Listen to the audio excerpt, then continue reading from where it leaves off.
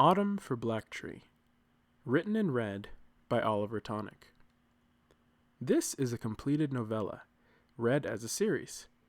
Enjoy the story from here on, or start from the beginning with the first episode. And now, back to the tale. Episode 13, A Bitter Rain. The next day came and went with the rise and fall of the sun.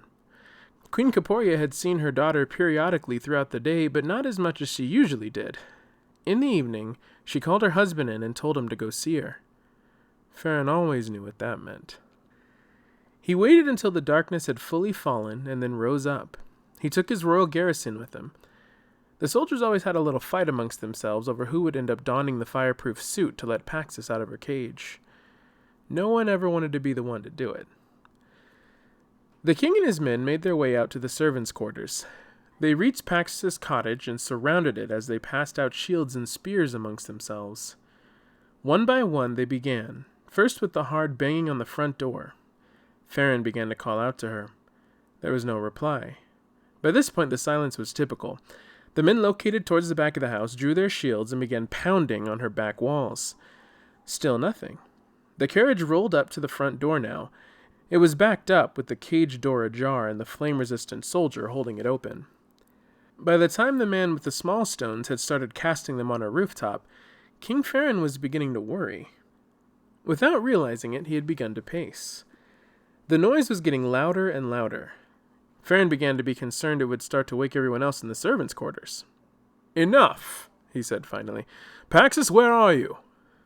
He reached to try the knob, ready to burst in. Before he could, though, it turned on its own. The door opened.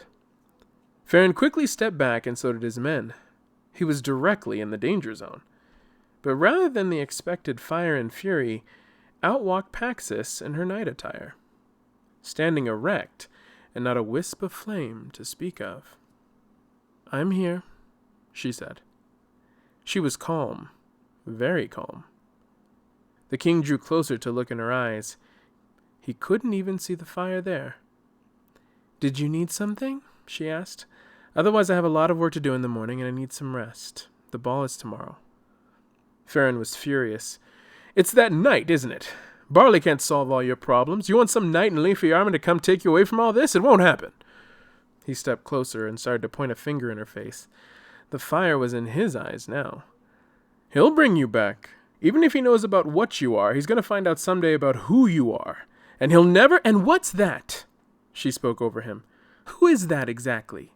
Who am I? Have you ever really stopped to find out?" Farron stared at her. His eyes intense but now changed.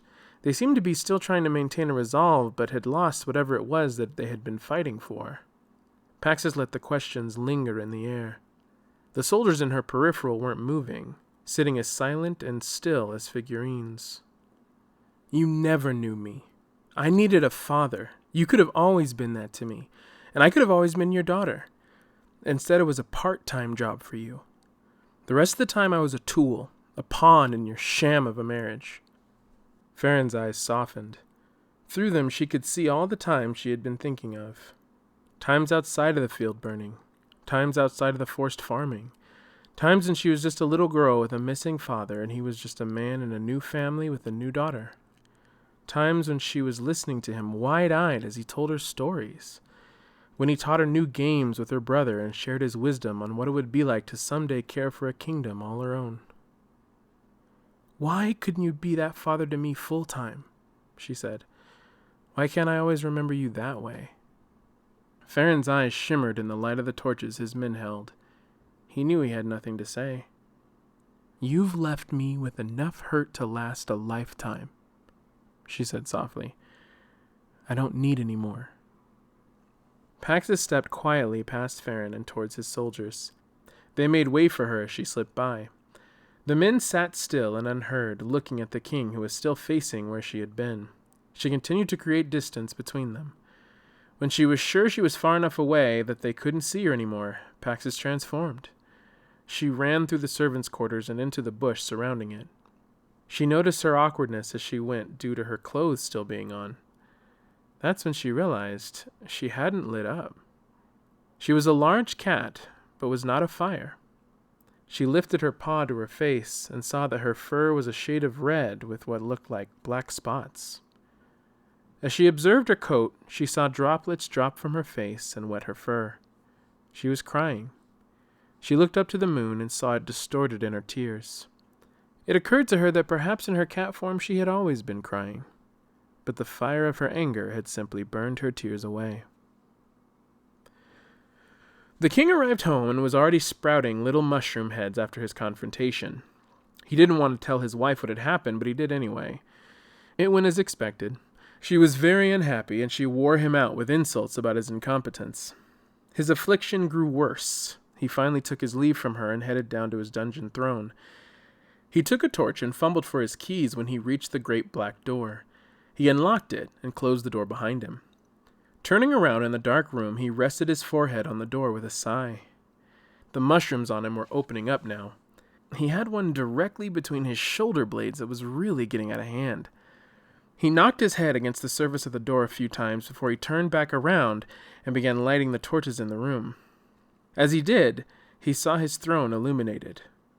He stopped in his tracks as he saw it. Barley was sitting in it, watching him. "Hello, Your Highness." Farron was shaken.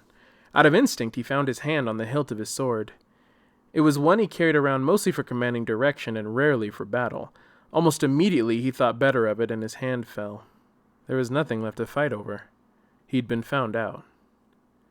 "Interesting place for a throne," said Barley. "And the decor is, well, it's not really my thing." Farron gave a smile that said he knew exactly what position he was in. He gave him 3 slow claps and applause. "You've done your work, Barley of Reza. You deserve to hear whatever you want to know." Barley leaned forward in the throne and rested his elbows on his knees, putting his hands together. "Why did you do it, man? What is all of this?" The king took the torch he was holding and hung it in the empty spot it was supposed to go as he spoke. "Life is hard. You're a young man now. You haven't seen it all. You haven't been married. You don't know what you'll do when faced with uncertain circumstances." Barley raised an eyebrow, but Farron didn't seem to notice. The knight let him speak, but he hardly thought he would resort to the same if the roles were reversed. "When I became ruler of Blacktree, I had every intention of doing it right.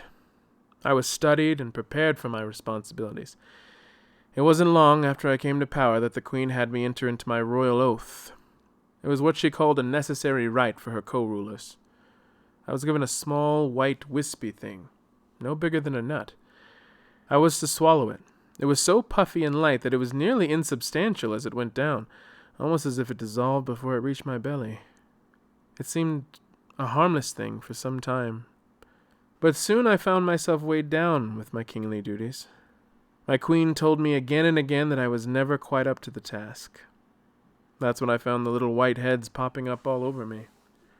I tried to hide them, but she could see right through it. She moved my throne down here and told me how I could get my relief. Whenever I had a flare-up, I could go to this chamber and mount my throne. The mushrooms would grow into the walls of the earth behind me and disappear. It eased my tensions and alleviated my affliction." "But you must have recognized them as the Pelodius all over the kingdom," said Barley. "I did. The farms had actually been running low for some time. After I entered rulership and began sitting on my throne, I saw the farms double and then quadruple in their crop." "But why?" Barley stood up in frustration. "Why does she do this? What's going on with these stupid mushrooms?" Farron's lips slightly quivered. His nose flared. His expression was deeply uneasy. "She has to feed it." Barley's eyebrows went up. "The beetle?" Farron's chest rose and fell. "It gives her power," he murmured. "It always has. If she feeds it, it gives her control over a people. Unquestioning control." Barley's brows knitted. "Is it like worship?" "Something like that." Farron frowned. "I don't know what it is or how she became this way. I just know there's nothing I can do to stop it." Barley's expression soured quickly. "But you're poisoning the realm for her. They are starving and dying out there because of what's happening here, in this room, with you. These roots lead to every scarecrow on every farm, and the people... So what would you have me do? Said Farron, his voice bouncing a faint echo off the stone parts of the room. Barley stopped talking. What would you have me do? Farron repeated. Go lay down in a garden somewhere and become a mass of mushroom caps? Should I walk out into the market square with fungus so overgrown that I suffocate in the street for everyone to see? Barley didn't have anything to say. He hadn't considered that. Was he asking the king to die for his people? A good king should be willing. But was he telling him to volunteer for a slow, painful, and silent death at the hands of his own wife? Is there a cure? He said softly. I don't know, the king said, settling a bit. I haven't looked. I just know that if I keep doing what I'm doing, the people will realize something is wrong eventually. Barley was baffled. What? Well, someone has to notice eventually, he said. You did. Barley couldn't believe what he was hearing. But I'm immune to whatever is in the air. You can't expect that of everyone. Farron walked to his throne and sat down. He buried his face in his hands. But how strong is it? He said, his voice muffled by his fingers. There has to be a limit to its power. They can't starve forever. If the mushrooms keep growing and the people keep suffering, then maybe... He trailed off. Barley waited for him to say more. When he didn't, he finally spoke up. Well, I don't think that's much of a solution. And if that's what you've been going with after all these years while you tortured your daughter to cover your tracks... Barley slowly drew his sword. The sound of steel rubbing steel rang through the air. The king's eyes grew wide. Barley inched toward him with the blade reflecting in the torchlights. In a flash, he whipped it down and towards his belly. Farron's eyes snapped shut as he clenched his teeth. He heard the sound of clinking metal. When he opened them, he saw Barley was spinning his ring of keys on the blade toward the hilt of his sword. He pulled up the key to the throne room, walked to the door, and put his hand on the handle. Maybe you should think about the kind of monster you decided to be. He turned the knob and walked out with the keys. Farron heard the click of the door, locking shut behind him. Hey guys, it's Oliver. Thank you so much for coming to my little corner of the internet to give me a listen. Give me a like if you enjoyed and subscribe if you want to hear more of this and any of my other stories. This entire novel is free along with all my stories on this channel, but if you'd like to support me, I have a Patreon now. Your donations go a long way in helping me perform, write, and produce. I'll have weekly episodes up until all 18 parts of the story are fully released, so stay tuned.